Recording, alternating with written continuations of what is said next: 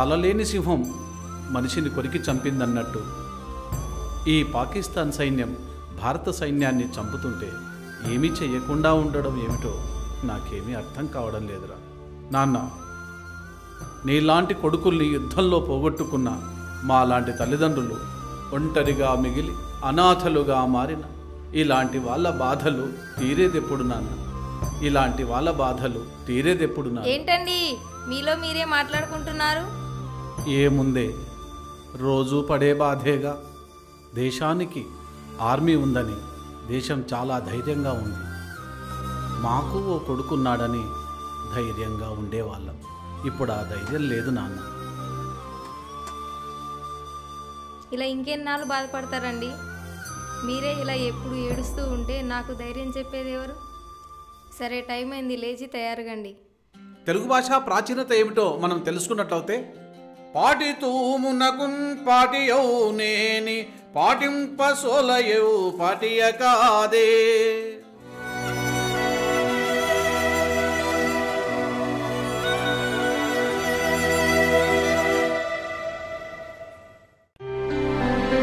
బాబు, మా ఇంటికి వస్తావా?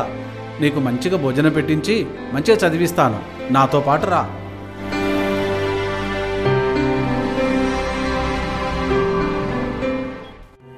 బాబు, ఏం పేరు నీ పేరు? తెలియదు.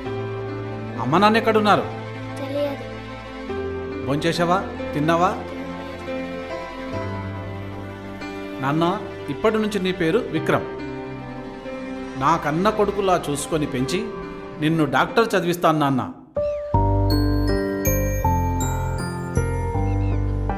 నాన్న పెద్దగయ్యాక డాక్టర్ కావాలి. డాక్టర్ అయి పేదవాళ్లకు మంచి వైద్య సహాయం చేయాలి. సరేనా? సరే.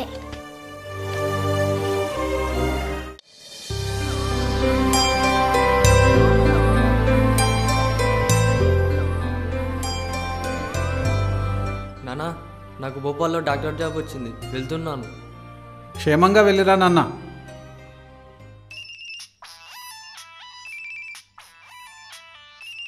ఆ విక్రమ్. నానా, చెప్పు నాన్న.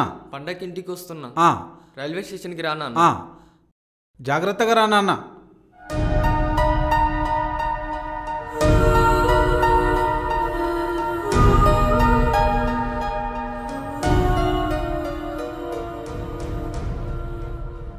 చిన్న, నీ పేరేం పేరు బాబు? నా పేరు వెంకటేష్. ఏ ఊరు? తెలియదు. మీ అమ్మ నాన్న ఏం చేస్తుంటారు? లేరు. మరి ఎక్కడ ఉంటావు? ఇక్కడనే ఉంటా. తిన్నావా?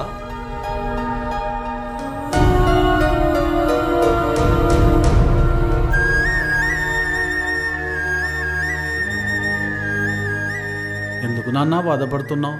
నేను విని చూస్తుంటే నా చిన్నప్పటి జ్ఞాపకాలు గుర్తుకొస్తున్నాయి నాన్న. నాన్న బాధపడకు, మేమున్నాం కదా నాన్న. పద, నీ కొరకు మీ అమ్మ ఎదురు చూస్తూ ఉంది. నాన్న, వీడు అనాథ, వీని మన ఇంటికి తీసుకువెళ్దాం నాన్న. తప్పకుండా తీసుకెళ్దాం. కానీ నాకు చాలా సంతోషంగా ఉంది నాన్న. ఆస్తులు ఎలా సంపాదించుకోవాలో నేర్చుకుంటున్న ఈ కాలంలో ఒక అనాథ బాలుని పెంచుకుందామన్న ఆలోచనతో ఎదిగిన నిన్ను చూస్తే చాలా గర్వంగా ఉంది నాన్న. బాగా చదువుకోవాలి. చదువుకున్నాక ఏమైతావు? పోలీస్. నానా విక్రమ్, నీ ఫోన్ వస్తుంది చూడు నాన్న. ఫోన్ ఎత్తు నాన్న. ఏవండి, బాబు స్నానానికి వెళ్ళాడండి. ఫోన్ మీరే లిఫ్ట్ చేయండి. సరేలే.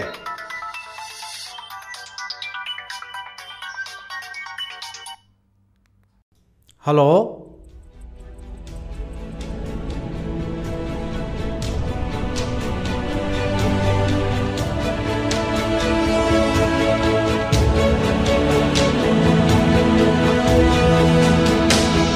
నాన్న డాక్టర్ అన్నావుగా, మరి ఆర్మీ నుండి కాల్ వచ్చిందేమిటి? నిజానికి మీ ఉద్దేశం? నిజంగా మీ ఉద్దేశం వాణ్ణి డాక్టర్ చేయాలనేనా? కాదు, కానీ ఒక ఉపాధ్యాయుడిగా ఆర్మీలో చేరమనే ప్రోత్సహిస్తాను. అయినప్పటికీ తండ్రిగా వీణ్ణి కూడా పోగొట్టుకోవద్దనే వీణ్ణి డాక్టర్ కమ్మన్నాను. ఒకరోజు మీరు పేపర్ చదువుతున్నారు. ఆర్మీ వాళ్ళు చనిపోయిన వార్త చూసి కోపంతో పేపర్ చింపారు. అది నేను చూశాను. అప్పుడే నిర్ణయించుకున్నా ఆర్మీలో చేరాలని. అది నాన్న, అందుకే ఆర్మీలో చేరాను. ఠీకే సార్ మై ఆరం సార్. అమ్మా నేను వెళ్ళొస్తా అమ్మా. క్షేమంగా వెళ్ళిరా నాన్న. నాన్న, నేను డాక్టర్ కమ్మనే చెప్పాను, కానీ నిజంగా నువ్వు ఈ మిలిటరీలో చేరడమే నాకు చాలా ఆనందంగా ఉంది. నా కోరిక నెరవేర్చినందుకు చాలా సంతోషంగా ఉంది నాన్న. అది నా బాధ్యత. నాన్న, నేను గనుక ఆర్మీలో చనిపోతే వీడే నీ కొడుకు నాన్న. దేశం కోసం ప్రాణాలు అర్పిస్తున్న వీర జవాన్లకు, దేశ రక్షణకై ముందుకొస్తున్న యువతకు మా ఈ చిత్రం అంకితం. మీ సదాశివ.